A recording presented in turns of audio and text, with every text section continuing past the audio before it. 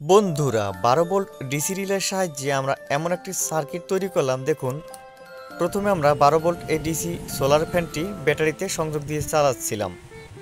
যখন আমরা কারেন্টের লাইন দেব একটা চার্জারের সাহায্যে, তখন রিলের সাহায্যে এমনভাবে কন্ট্যাক্ট হবে যে ব্যাটারি থেকে ডিসকানেক্ট হয়ে যাবে, অটোমেটিক কারেন্টে চলবে।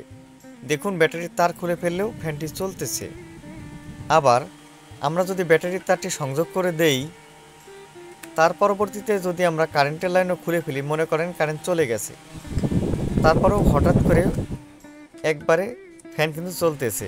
ফ্যান কখনোই বন্ধ হবে না, 24 ঘন্টায় ফ্যান চলবে। তাই আজকের ভিডিওটি না টেনে সম্পূর্ণ দেখবেন। তাহলে চলুন ভিডিওটি শুরু করি। বন্ধুরা, প্রথমে আমরা একটি 12 ভোল্ট ডিসি ফ্যান নেব। সেই ফ্যানের কালো গিট দেওয়া তারটা প্লাস, আর গিট ছাড়া তারটা কালো হচ্ছে মাইনাস। তো আর একটা 12 ভোল্ট ডিসি ব্যাটারি নেব। ব্যাটারির সাথে দুইটা তার কানেক্ট করা আছে, একটা লাল তার পজিটিভ আর একটা নীল তার নেগেটিভ। আর একটা চার্জার নিব 12 ভোল্ট ডিসি। এখানেও দুইটা তার বের করা আছে, লাল তারটা পজিটিভ, কালো তারটা নেগেটিভ। তো দেখুন চার্জারটি ঠিক আছে কিনা, এজন্য আমরা প্রথমে লাইনে দিলাম, কারেন্টের লাইনে। এখন আমরা প্লাস আর মাইনাস আমরা ফ্যানের সাথে সংযোগ করে দিব। দেখুন ফ্যানটি চলতেছে, মানে চার্জারটি একদম রেডি। এখন আমরা এমন একটি সার্কিট তৈরি করব যাতে 24 ঘন্টায় ফ্যান চলবে। তো দেখুন, প্রথমে আমরা ব্যাটারি আর চার্জার আর ফ্যান এই তিনটের সাথে একটা রিলে কন্ট্যাক্ট করব। তো এই রকম রিলে 12 ভোল্ট ডিসি রিলে নেবেন। এটা বাজার থেকে কিনতে পাওয়া যাবে, 12 ভোল্ট ডিসি রিলে, যার মূল্য প্রায় 20 টাকা থেকে 30 টাকার মতো নিতে পারে। তো এই রিলের 5টা পা রয়েছে, ঠিক আছে। উপরে 3টা পিন, নিচের দিকে 2টা পিন। তো কিভাবে সংযোগ করব আপনাদেরকে আমরা এখনই দেখিয়ে দিব। তো প্রথমে আমরা যে 12 ভোল্ট ডিসি ফ্যান রয়েছে তার পজিটিভ গিট দেওয়া একটা তার রয়েছে, সেটা পজিটিভ মানে প্লাস। এই তারটি রিলের যে দিকে 3টে পা আছে তার মাঝখানের পায়ে আমরা সংযোগ করে দিব। ভালোভাবে খেয়াল করবেন, রিলের উপর দিকে যে 3টে পা রয়েছে কানেক্টর, তার মাঝখানের পিনে আমরা লাগিয়ে দিব 12 ভোল্ট ডিসি ফ্যানের প্লাস। এর পরবর্তীতে আমরা ব্যাটারি থেকে 2টা তার বের করে আনছিলাম। তো দেখুন ব্যাটারির সাথে লাল তার প্লাস, নীল তার মাইনাস। এখন এই 12 ভোল্ট ডিসি যে ব্যাটারি ছিল, এই ব্যাটারির পজিটিভটা আমরা রিলের সাথে কন্ট্যাক্ট করব। তো দেখুন আমরা কোন পিনে কন্ট্যাক্ট করি দেখে নেবেন।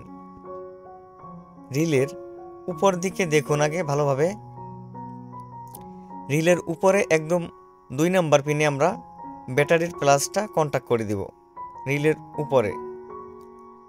আর এখন যে আমরা একটা চার্জার আছে 12 ভোল্ট ডিসি, এই 12 ভোল্ট ডিসি চার্জার থেকে যে প্লাস তারটা রয়েছে, সেই প্লাস তারটা আমরা সংযোগ করে দিব।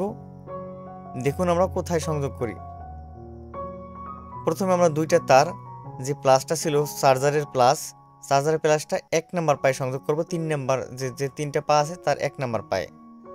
আর একদম লাস্টের পিনে 3 নাম্বার পায়ে আমরা সংযোগ করব মাইনাস, মানে রিলের প্রথম যেখানে 3টে পা রয়েছে তার প্রথম পায়ে আমাদের 12 ভোল্ট ডিসি চার্জারের প্লাস, আর 3 নাম্বার পায়ে মাইনাস।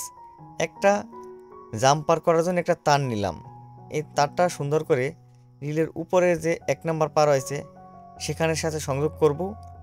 আর চার্জার 12 ভোল্ট ডিসি চার্জারের যে প্রথম পায়ের সাথে সংযোগ হয়েছিল, একটু আগেই লাগিয়ে দিয়েছিলাম, সেখানের সাথে আমরা সুন্দর করে ঝালাই করে জাম্পার করে দিব।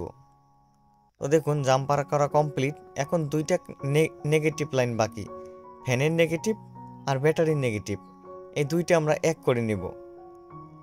ফ্যানের মাইনাস আর ব্যাটারির মাইনাস এক করে যেখানে চার্জারের মাইনাস তারটি সংযোগ করা ছিল সেখানের সাথে সংযোগ করতে হবে।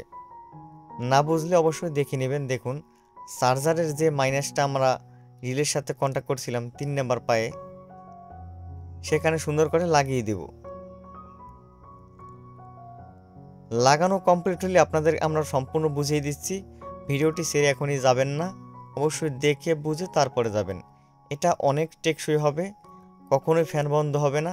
কারেন্ট থাকলেও ফ্যান চলবে, কারেন্ট না থাকলেও ফ্যান চলবে।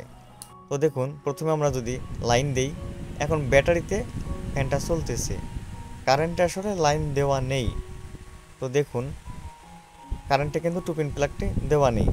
যদি আমরা এই টু পিন প্লাগটি কারেন্টের লাইনে দেই, সাথে সাথে ফ্যানটি কারেন্টে চলবে, ব্যাটারিতে সে ডিসকানেক্ট হয়ে যাবে, ব্যাটারি থেকেই ডিসকানেক্ট হয়ে যাবে। তো দেখুন ব্যাটারিটা যদি এখন খুলে ফেলি পজিটিভ লাইন, তো বুঝতে পারবেন দেখুন ব্যাটারি থেকে কিন্তু অটোমেটিক ডিসকানেক্ট হয়ে গেছে। এখন আমরা যদি আবার ব্যাটারিটা সংযোগ করব, ফ্যান কিন্তু চলতেই থাকবে। তো আমরা যদি এখন আবার ব্যাটারিটা কানেক্ট করি, কানেক্ট করার পরবর্তীতে যদি আমরা কারেন্ট মনে করেন চলে গেল, ব্যাটারিটা অল টাইম কানেক্টই থাকবে। আপনাদের বোঝানোর জন্য আমরা খুলে ফেলতেছিলাম। তো যদি মনে করেন হঠাৎ করে কারেন্ট গেলেও ফ্যান কিন্তু কখনোই বন্ধ হবে না, বন্ধ হয়ে সাথে সাথেই আবার অন হবে। তো অবশ্যই আপনারা বুঝতে পারতেছেন, ঠিক এই রকমই অটোমেটিকভাবে কাজ করবে আমাদের এই অটো সার্কিট। যদি আমাদের এই ভিডিওগুলো আপনাদের ভালো লেগে থাকে তাহলে অবশ্যই চ্যানেলটি সাবস্ক্রাইব করে একটি লাইক দিয়ে পাশেই থাকুন।